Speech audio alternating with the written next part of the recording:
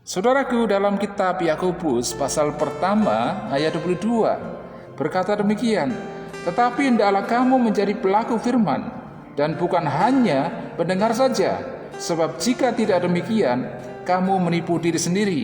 Saudara, banyak orang mengaku menjadi orang percaya atau orang Kristen.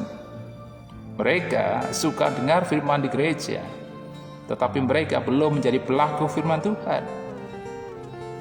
Dan tidak sedikit banyak orang Kristen juga yang tidak suka mendengar firman Tuhan.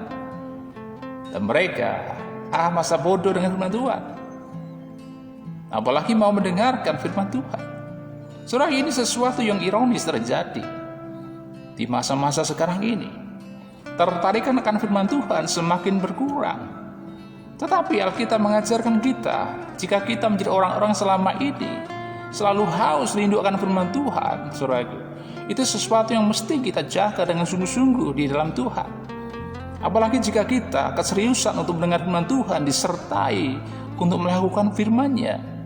Saudaraku, Tuhan tidak menekankan kita untuk fasih, untuk memahami firman Allah seutuhnya. Namun saudaraku, Tuhan mengingatkan kita, yang penting adalah kita melakukan firman Allah. Kalaupun kita tidak memahami sepenuh daripada firman Allah itu, asal tiap ayat firman Tuhan engkau lakukan, itu lebih baik daripada banyak orang yang berpikir pandai dalam firman Tuhan, ya, merasa pinter dalam firman Tuhan atau ahli dalam Alkitab, namun dia orang-orang yang munafik, seperti orang-orang Farisi yang tidak mau menjadi pelaku firman Tuhan. Mereka ahli dalam firman Tuhan, bahkan fasih di dalam mempelajari kitab suci, namun mereka ditegur oleh Yesus, dikatakan bahwa mereka adalah orang-orang yang munafik karena mereka tidak melakukan kehendak Tuhan dan mentaati firman Tuhan. Bagaimana dengan saudara? Maukah saudara melakukan firman Tuhan? Orang yang melakukan firman Tuhan adalah orang yang berbahagia, karena Tuhan berkata, "Berbahagialah mereka yang mendengar firman Allah dan yang memeliharanya." Memelihara adalah orang yang mau melakukan firman Tuhan.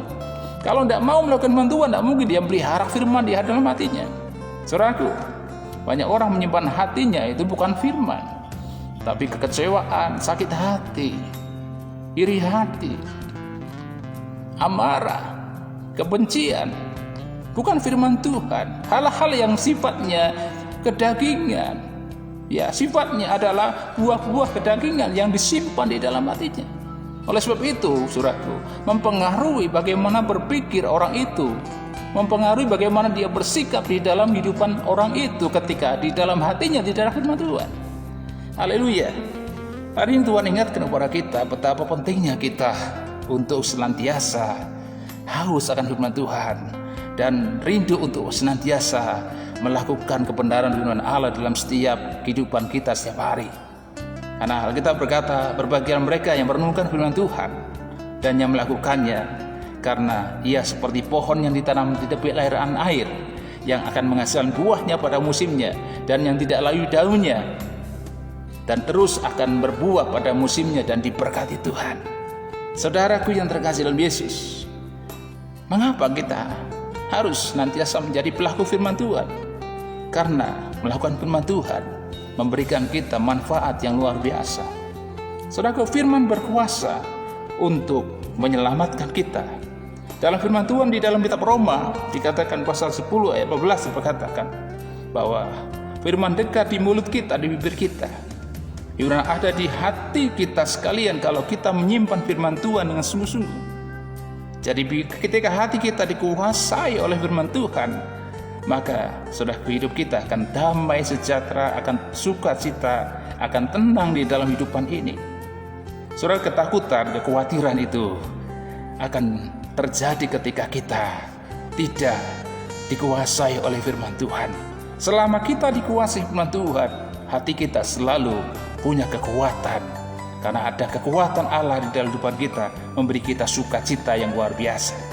Saudaraku, hasil Yesus Kristus, haleluya, bahwa firman itu berkuasa menyelamatkan. Setiap orang yang mempercayai firman Tuhan pasti diselamatkan. Orang yang menolak firman Tuhan pasti binasa. Firman menyelamatkan orang-orang yang mau percaya di dalam kebenaran firman itu sendiri.